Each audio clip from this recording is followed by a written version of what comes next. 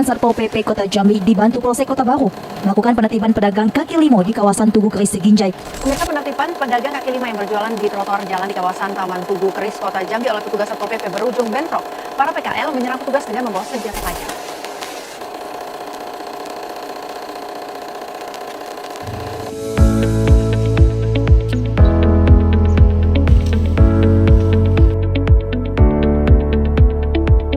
Kalau boleh tahu alasan ibu pilih tempat ini itu kenapa? Sebelumnya sih karena sebelumnya ada yang lebih dulu ya jualan di sini, terus di sini tuh nggak sewa. Jadi saya coba ikutan juga jualan di sini.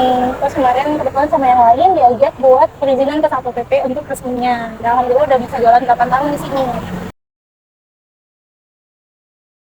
Jadi kita itu ngurus surat pernyataan sama Satpol PP, langsung ke kantor Satpol PP-nya. Ikutin syarat dan ketentuan dari Satpol PP. Syaratnya apa aja? Untuk perjualannya itu start dari jam 4 bolehnya. Sampai jamnya nggak ditentuin sampai malam boleh, mas di atas jam 4 nggak boleh. Terus untuk kendaraan itu dipastikan di ujung sebelah sini aja, dan kendaraannya nggak boleh masuk ke yang lintas sekitar itu. Cuma boleh di tepi aja, nggak lalu lintas. Ada izin khusus untuk di bagian sini, sama ada setiap hari itu bayar retribusi. 2.000 aja setiap hari. Itu dari dinas. Ini kan daerahnya berarti udah berizin sama Satpol PP. Nah, ada nggak sih Bu daerah sekitar sini yang nggak dapat izin dari Satpol PP, dan itu nanti apa langsung kena gusur atau gimana ya Bu? Untuk di daerah sini langsung ya, di bagian sebelah kiri jalannya nggak boleh. Itu biasanya digusur sama Satpol PP-nya. Tapi kalau yang bagian, kalau misalnya memang mau jualan di hari Minggu bisa, untuk yang itu, atau di bagian bundaran Tugu Keris itu juga bisa. Tanpa izin juga nggak apa-apa. Berarti yang tanpa izin itu berarti khusus untuk hari Minggu, itu free untuk siapapun yang mau berjualan. Dari pagi boleh. Bu, ada rencana pindah ke daerah lain nggak gitu jualan? Kalau untuk pindah ke daerah lain, kalau terpaksa ya harus pindah, ya mungkin kita akan pindah ke daerah lain atau nyewa tempat ya yang lebih resmi, kayak gitu aja sih. Kita ngikutin aturannya aja, kalau memang masih bisa ya kita lanjut, kalau nggak bisa ya mau diapain lagi. Harapan Ibu untuk daerah berjualan Ibu ke depannya gitu? Kalau untuk harapan ya kita harapannya sih lebih yang lain pedagangnya juga ngikutin aturannya ya, terus lebih rapi dan nggak ganggu lalu lintas, biar kalau misalnya kayak di weekend itu nggak macet jalannya aja sih. Oke, berarti Bu daerah sini khusus yang di sebelah kanan jalan itu dapat izin dari Satpol PP. Iya, tapi khusus jualannya itu di atas jam 4 sore. Oh, ada jam tertentu ya. Berarti kalau sebelum jam 4 sore, walaupun di daerah ini nggak boleh digusur juga. Oh, iya.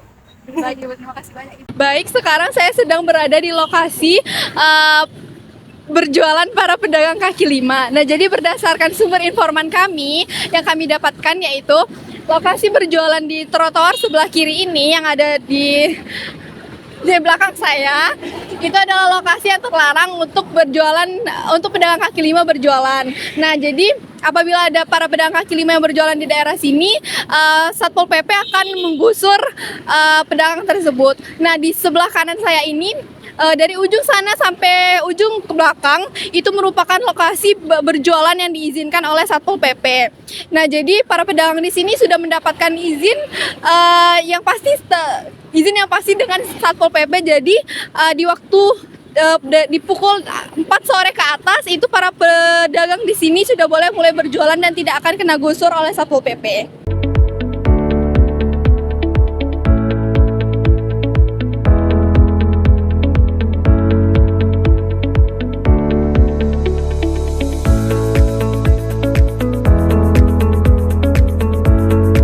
Bapak di sini udah berapa lama jualannya? Kalau di sini sudah 9 bulan, mau ibaratnya mau 10 bulan lah. Kalau untuk tempatnya, kenapa Bapak memilih di sini, Pak? Karena di sini kan tempatnya di banyak kota-kota lain paling enak nyari uang di sini di Jambi. Rame apa? Ya rame. Ibaratnya di sini hobi makan semua. Ya. Kalau di sini tuh perlu izin nggak Pak untuk jualan? Kalau di sini sebenarnya ya nggak minta izin, nggak apa kan, karena kayak ini kalau jualan semua udah punya lapak masing-masing. Kalau udah sore gini kan, kecuali kita hari Minggu kita bebas mau jualan dimanapun gitu. Itu free ya Pak? Ya tiap hari Minggu kalau kantor udah libur tanggal merah itu boleh. kalau di sini ada ketentuan waktunya nggak Pak? Mungkin dari Kalau waktunya dari kita jam 7 sampai jam 3 kita udah nggak boleh lagi jualan sini karena udah ganti shift lagi gitu kan jualan. Bapak mulai jualannya jam berapa Pak? Kalau saya jualan dari jam 7 kadang jam 9 nggak tentu juga lah ya. Karena kita pun nengok keadaan juga badan gitu.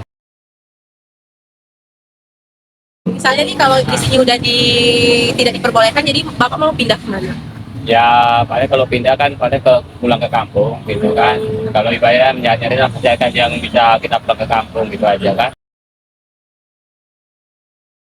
Selama Bapak di sini pernah dirazia apa enggak? Tidak pernah. Bapak pendapat tentang razia itu gimana Pak? Kalau Rija PP kan kalau kita jualan di sini kan diusir sama PP, suruh kita pinggir. Kalau di sini sudah aman, nggak diusir lagi gitu. Oh, karena di pinggir ya Pak? Ada di pinggir, di jalan apalah gitu kan, pinggir jalan gitu kan. Menurut kami tempat berjualan yang tepat berada di belakang saya ini itu mengganggu pengguna jalan di mana mereka itu berjualan tepat pada sisi kanan dan kiri jalan tersebut. Nah, hal tersebut akan mengganggu pengguna jalan karena akan mempersempit jalan tersebut, terutama untuk pengguna mobil.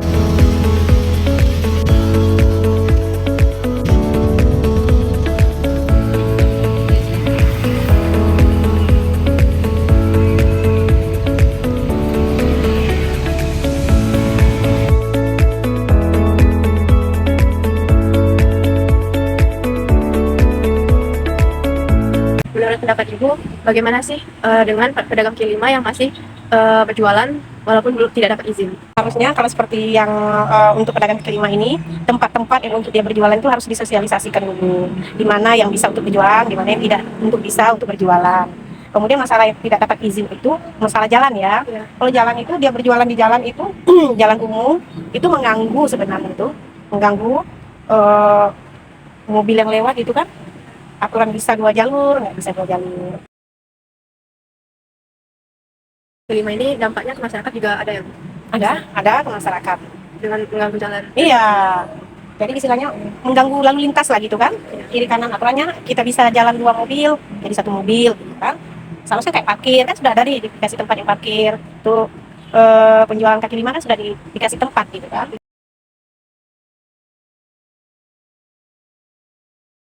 Itu kan paginya nggak boleh ada yang jualan, dan tiba-tiba mereka itu jualan di situ. Gimana tuh? Jadi terkait tentang pemberlayan tentang kaki lima itu sudah diatur dalam peraturan daerah nomor 12 tahun 2016 itu tentang penataan pemberlayan pedagang kaki lima di Kota Jambi dan ada lagi konvensional. Jadi teknisnya diatur dalam peraturan wali kota nomor 28 tahun 2016 ya, tentang kredit kesehatan. Nah, jadi memang sudah diatur secara jelas bahwasanya dalam peraturan tersebut ada ruas-ruas jalan yang memang dilarang untuk aktivitas perdagangan. Memang dilarang untuk aktivitas perdagangan. Nah, jadi memang ada zonasi hijau, ada kuning, ada merah. Kalau hijau itu memang lokasi yang sudah ditentukan. Contohnya seperti kantin yang di samping gor. Nah, itu yang dibangun oleh Dinas Perdagangan. Nah, dibuatkan untuk pedagang UMKM. Ada yang namanya zona kuning. Zona kuning ini jalan yang memang dilarang, namun setelah ditetapkan oleh pemerintah sebagai lokasi PKL itu boleh, namun ada ketentuan syarat yang berlaku. Nah, syarat ketentuannya adalah di atas jam kantor. Kalau di aturan itu seharusnya jam 18.00.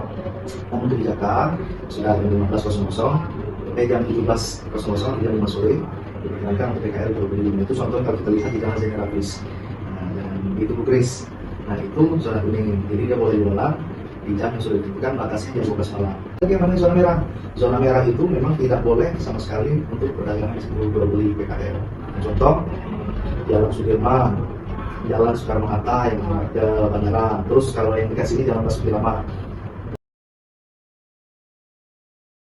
Jadi memang aturan itu dibuat untuk memberdayakan dan menata PKR supaya rapi ya. Jadi terciptanya penyelenggaraan terutama umum juga yang terjadi.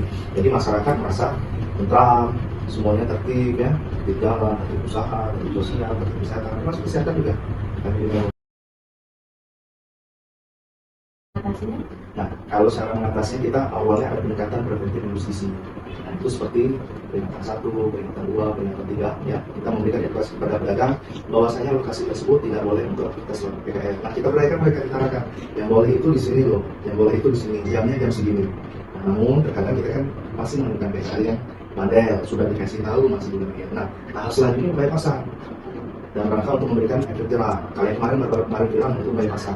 Kita angkat ya, bawa kantor, kita prosesnya itu ada 2 lagi nanti.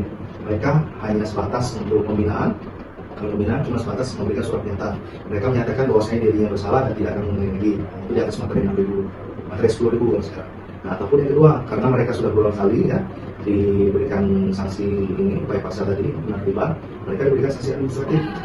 Sanksi administratif ini sudah diatur dalam peraturan. Jadi dalam peraturan peraturan daerah nomor 12 tahun 2019 itu ada lagi itu nominal pelanggaran seperti itu. Kalau pedagang itu wajib pasna yang melanggar ya. Yang namanya jualan di jalan, pada jalan ya, trotoar, donasi itu dilarang ya, kecuali memang sudah ditentukan oleh pemerintah. Solusi yang bisa Bapak ambil dari PKL itu?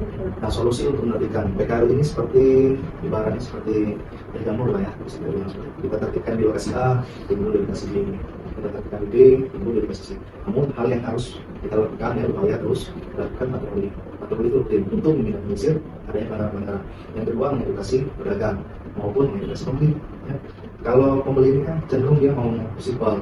Kalau bisa dari kendaraan dia bisa transaksi jual beli. Nah itu yang kita edukasi juga ya. Bisa jangan sampai aktivitas kita ini mengandung fasilitas umum, mengandung jalan. Ya. Pokoknya upayanya harus tetap melakukan patroli ya. Lalu memberikan edukasi kepada memberikan bimbingan ya, atau sosialisasi kepada pedagang maupun